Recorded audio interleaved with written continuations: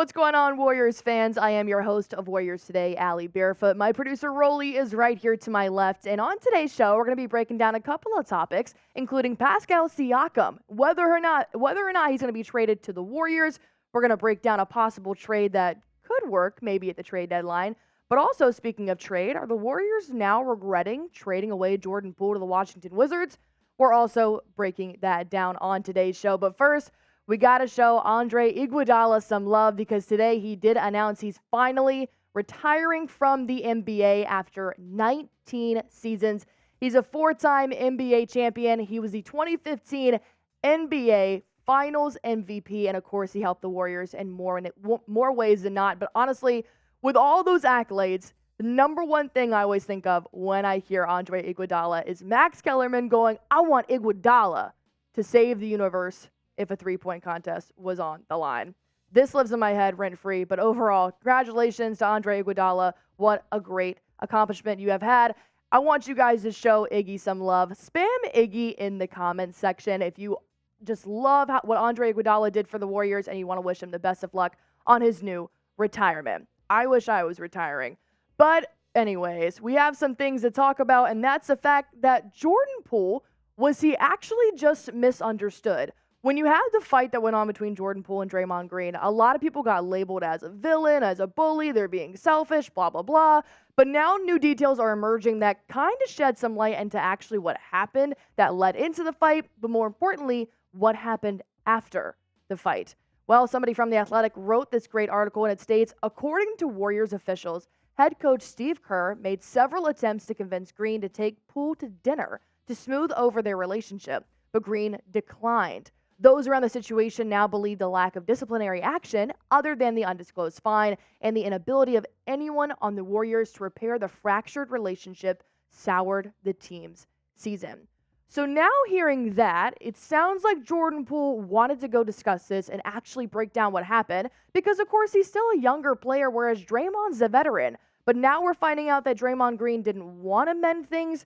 Overall, I do think it was just a sour taste in everybody's mouth, and I do think that sending Jordan Poole away to the Washington Wizards was probably for the best, but it definitely could have been fixed on both ends.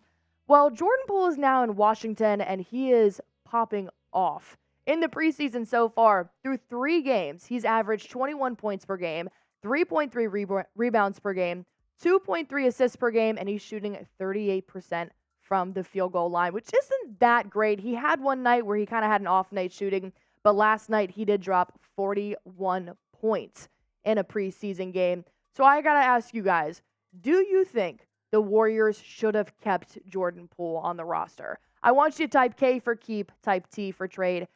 Ultimately, I think he's a fantastic basketball player that would have done great things in the Bay Area, but I think that when you have that sour taste, it's going to not go away for a long time. I'm going to go T. That's my final answer. Go on ahead and type in the comments what you guys think. Because like I said, I just think that Poole and the Warriors are okay with the trade.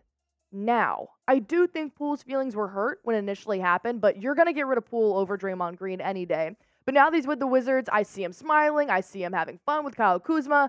I think overall this was the best decision that needed to happen. And Kyle Kuzma even spoke on Jordan Poole and how great he is as a teammate. He said he's super misunderstood. You only know what you know. You can always have that outside looking in mentality with things, but for him, you may look at him and see him at Golden State and be like, okay, he might be a little immature, but this dude is one of the most professional athletes I've been around, like an actual professional. He's in the gym. That dude works. He works on his body. He stays focused. So now hearing this side of Jordan Poole, I really do believe he tried to mend things in the Golden State Warriors locker room on their team. He wanted to stay. He wanted to have mentors like Draymond Green, Klay Thompson, Steph Curry, but I'm very glad to see that he's working out with Kyle Kuzma and the Washington Wizards. Up next, we are going to talk about Spicy P potentially coming to the Warriors. We're going to break down not one, but 2 trade options that could possibly work towards the deadline. I want to talk to you guys about PrizePicks, which is the sponsor on Warriors Today. It's my favorite daily fantasy sports app because all you have to do is pick between 2 to 6 players, projected stats, and just click more or less. That's literally all you have to do. And of course, they already have some for the NBA preseason. So these were mine for tonight's game. I have Jordan Poole scoring more than 22.5 points, Steph Curry scoring more than 23.5 points, and Andrew Wiggins probably dishing out more than 15.5 points. These are my picks. I want to see yours. All you have to do is go to prizepicks.com/CLNS. That's prizepicks.com/CLNS, and you can win a first-time deposit match up to $100. Watch yourself win some real money in real time. How do we feel about Spicy P wearing blue? I think it would complement him very well. Well, Bleacher Report thinks the same thing. They did suggest a trade that would send some pretty notable players to Toronto, but it would also give us Pascal Siakam before the season even starts. I know the Warriors have been looking for more size for quite some time now. I think Pascal Siakam would really fill that role and then some. Well, when you look at his stats over the past 4 years, he's a fantastic shooter. He's a double-digit scorer. He also rebounds like crazy. The fact that he had 7.8 rebounds last season, he's still growing in the assist category. He's had a career-high 5.8 assists per game last year and shooting 48% from the field. I love this guy. I think he'd be a great addition. He's got a ton of attributes the Warriors can obviously capitalize on, but Bleacher Report is asking for a lot here.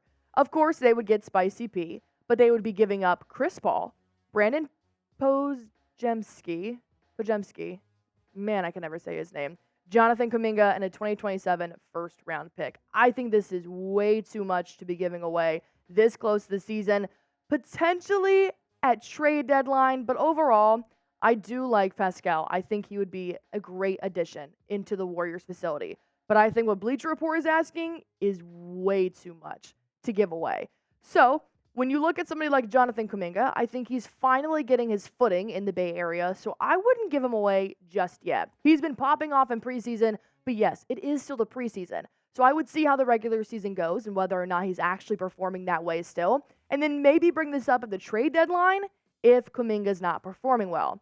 But in the meantime, if you wanted to do this before the season started, this would be my proposal. I know you are going to hate me in the comments for trying to give away Kevon Looney. It's not that I'm trying to give him away, but this equals out to Siakam's, God, I am terrible with the names, with Siakam's total. So the fact that Chris Paul is about $30 million, Kevon Looney is almost $8 million, it would pay him out completely, and 1 or 2 first-round picks. I think that you would be getting a lot more with Spicy P than with Kevon Looney. In just my opinion, you can say in the comments how much you hate that trade, but overall, that is what I would possibly give up just to obtain him. And hey, this is all rumors, so we're not saying, hello to Pascal Siakam just yet, but it could be something to sit on for a little while. What do you guys think about either of these trades? I want you guys to type 1 for the first one, type 2 for the second, and let me know which one you would rather see happen for the Golden State Warriors. Of course,